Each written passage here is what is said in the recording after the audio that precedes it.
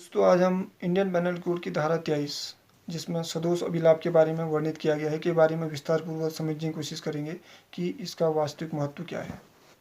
दोस्तों इस धारा के अंतर्गत बताया गया कि विधि विरुद्ध साधनों का इस तरीके से उपार्जन है जिसका उपार्जन करने वाला व्यक्ति हकदार नहीं है, अर्थात विधि विरुद्ध साधनों के द्वारा ऐसी संपत्ति का अभिलाभ है जिसका अभिलाभ प्राप्त करने वाला व्यक्ति हकदार नहीं है, अर्थात जिस व्यक्ति ने विधि के विरुद्ध कार्य करते हुए कोई ऐसी संपत्ति अर्जित की है, उस अर्जित करने के बाद वह व्यक्ति उस संपत्ति का वास्तविक रूप से हकदार नहीं है।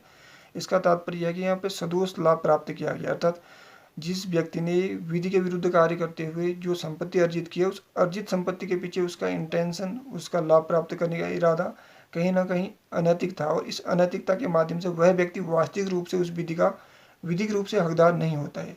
यह हमारी धारा 23 में वर्णित है। वहीं इसका दूसरा विधि विरुद्ध वहीं दूसरा टर्म्स आता है सदोष हानि, अर्थात विधि विरुद्ध साधनों के द्वारा ऐसी हानि है जिसका हानि प्राप्त करने वाला व्यक्ति वास्तविक रूप से हकदार नहीं है। अर्थात दोस्तों यहाँ पे अपराध जिसने किया और जिसको दंडित किया गया उसमें अंतर है, अर्थात अपराध की प्रवृत्ति और दंड की प्रवृत्ति दोनों में अंतर है, क्योंकि जिसने अपराध किया उसको दंडित नहीं किया जा रहा है और जिसको दंडित किया जा रहा है उसने अपराध नहीं किया है।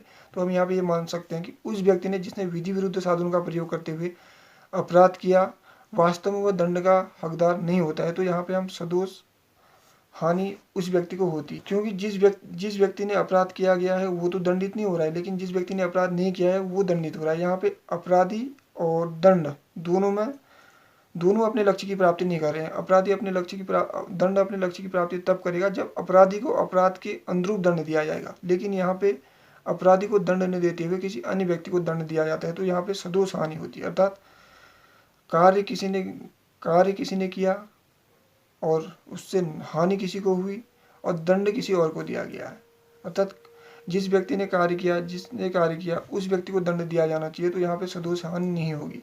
तो कहने का तात्पर्य यह है कि दंड एवं हानि और अपराध ये तीनों श्रेणियां अलग अलग हैं। उदाहरण के लिए राम ने अपराध किया लेकिन श्याम को दंड दिया गया, अर्थात इसका तात्पर्य है कि श्याम बिना अपराध के ही दंड का भागीदार बना और राम अपराध करने के बावजूद भी दंड का भागीदार नहीं बना। तो यहाँ पे अपराध की कोटि और दंड की कोटि अपने उद्देश्य की प्राप्ति नहीं कर रही है। सदोष अभिलाभ प्राप्त करना था सदोष हानि उठाना। जब कोई व्यक्ति सदोष अभिलाभ प्राप्त करता है तो तब यह कहा जा सकता है कि वह व्यक्ति सदोष हानि रखे हुए है, अर्थात इसका तात्पर्य है कि वह व्यक्ति जिसने अपराध किया उसको तो दंडित नहीं किया गया, अर्थात उसने अपराध करने के बावजूद किसी कारण विशेष से अपराध के दंड से वह बच गया। हो सकता है कुछ फैक्ट मिसिंग रहे होंगे, कुछ एविडेंस मिसिंग रहे होंगे जिसकी वजह से वह व्यक्ति अपराध करने के बावजूद दंडित नहीं किया गया। तो यहाँ पे उसको अपराध का सदोष लाभ मिल गया। वहीं दूसरी तरफ जो व्यक्ति सदोष अर्जन करता है वह सदोष हानि उठाता है। इसका तात्पर्य यह है कि कोई व्यक्ति जो अपराध नहीं करता है उसके बावजूद भी वो अपराध के दंड से दंडित होता है, तो वहाँ पे वो अपराध न होने के बावजूद दंड का भागीदार बनता है। तो यहाँ पे भी फैक्ट मिसिंग, एविडेंस मिसिंग की वजह से वह व्यक्ति क्या कर सकते हैं, उस अपराध के लिए दंड का भागीदार बनता है। तो हम यहाँ पे ये कह सकते हैं कि अपराध न होने के बावजूद व्यक्ति सदोष हानि उठा रहा है, अर्थात दोष से युक्त होने के बावजूद वह उस अपराध के लिए हानि उठा रहा है, दोष से युक्त न होने के बावजूद।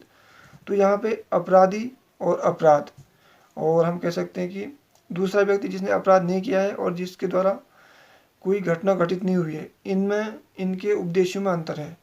एक व्यक्ति जिसने अपराध किया है वो दंड का भागीदार नहीं बन रहा, एक व्यक्ति जिसने अपराध नहीं किया है फैक्ट एवं एविडेंस के मिसिंग होने की वजह से वह दंड का भागीदार बन रहा है।